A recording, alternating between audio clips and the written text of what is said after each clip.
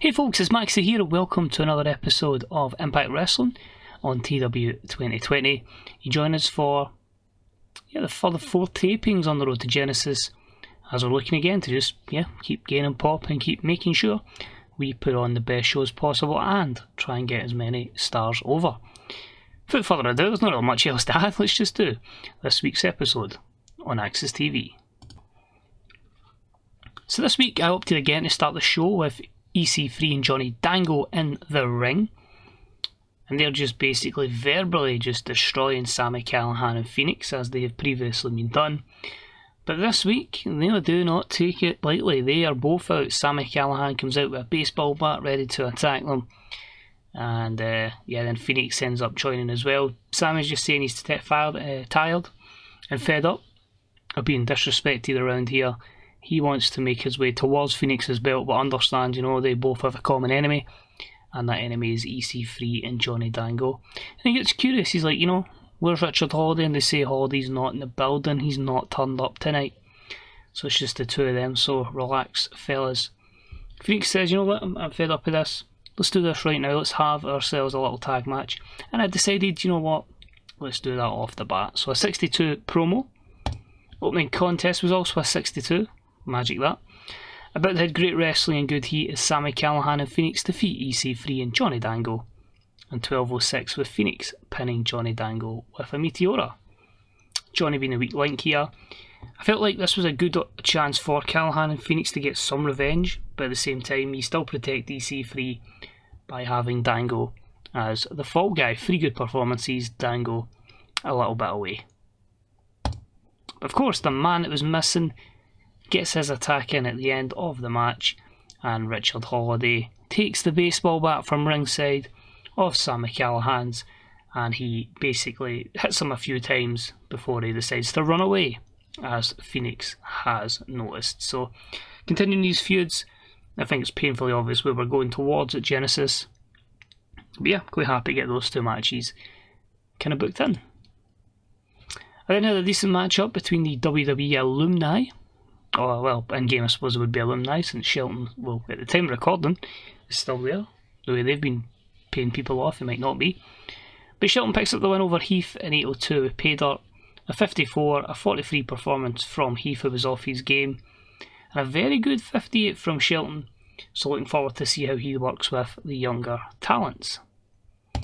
Speaking of which, he calls out Suicide, and he says he made a statement when he debuted with Impact Wrestling. He's here for championship belts, and he's going to start by taking Suicide's X Division Championship. He's been missing for a couple of weeks now. That's how badly Shelton Benjamin injured him. Will he even be fit enough to take up that challenge at Genesis 51? I had a decent matchup between Chad Betts and Senza Volto. Chad winning in 7:49 with Grand Amplitude. This gathered a 55, 65 performance from Chad, 32 from Senza Volto, as Chad Betts seeks to gain more momentum. We then had a matchup in the Knockouts division. It was a good matchup that saw Diona Purrazzo defeat Jordan Grace in 11:45 by pinfall after using a foreign object. 52. This was despite a 59 from Jordan, a 53 from Diona, both having great chemistry together. Now my reason for this one is obviously we're trying to get as many of our knockouts over as possible. Despite how strongly we did push Diona at the start, she never really got over. Jordan's one that did progress well, and I felt like she's at a position where she could put Diona over, but at the same time there's a bit of a gap of overness. Jordan was a bit hesitant to do so, so I had to make this storytelling and had to keep Jordan Grace strong. So if you took those penalties away, might be looking at about a 58 or 59 there, so very good stuff. But you'll see why we're kind of going with a Diona Purrazzo victory. We actually then went to a promo. Ace Austin just talking about why he done what he done last week. He says, it's not really anything to shy away from. Jeff Hardy's a massive name. I'm Ace Austin and I want to be the biggest name in this company, and if I need to take out a top dog like Jeff Hardy, then you're damn right I'll do so. 71 promo, he's going to be the man around here with promos like that. We head back into the action It was a decent matchup that saw Thunder Rosa defeat Kimberly in 5:45 with La Rosa. This was a 59. Thunder Rosa off her game, unfortunately, but nice to see again, both knockouts with great chemistry together. Thunder Rosa starting to gain a little bit of momentum following the loss at Hard to Kill. Well, she literally was hard to kill. This brings up Ronda Rousey, and she says, "Do you think I'm just going to give you a rematch with a couple of simple victories? It's never as easy as that. It's not like that. If you really want to face me, then next week I'll speak to Kurt Angle. I'll get you a #1 contenders matchup against some of the best knockouts here. And just maybe, if you can win that matchup, you can face me at Genesis." So a 68 promo from Ronda Rousey. We then moved into a matchup that was decent. The team of Alex Reynolds and John Silver defeat Rich Swann and Willie Mack in 9:42 with Reynolds pinning Willie Mack using a foreign object. 54, not actually too shabby here. I feel like I've not really pushed Swann or Willie Mack particularly great here, but you could say the same about Silver and Reynolds. So this is their opportunity. As Kurt Angle has said, you know what? I'm all about giving opportunities. Genesis, Silver and Reynolds, Slamani and Dinza, Impact World Tag Team Championships. Good luck. And that is a 44.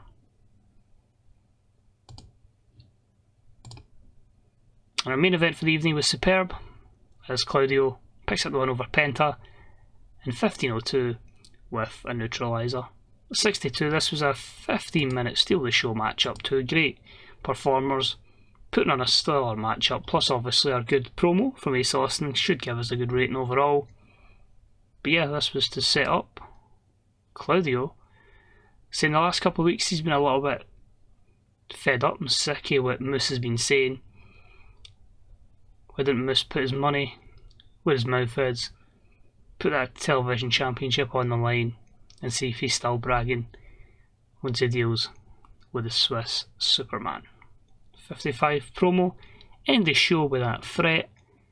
We give ourselves a 62, and that increases our popularity in 56 regions. So we are really hammering out good shows, but you can see that 60 is kind of like the threshold of where we need to get to improve everywhere, and it's obviously key that we get our home area over 50. I think it's 59 we're aiming for, and then we can get to medium. So it's just that we need to keep getting the 1 point in. It's mostly every pay-per-view is enough to carry it, so that's the shows that need to deliver. So there's obviously full pressure on Ronda Rousey and Phoenix, their two champions. So that's it for this week's episode. We will move on to the go-home show for Genesis. And the card, the way I've got it written down, looks like it could be a banger. So cheers for watching. Remember, leave me thumbs up and any comments are deeply appreciated. See you next time. Bye bye.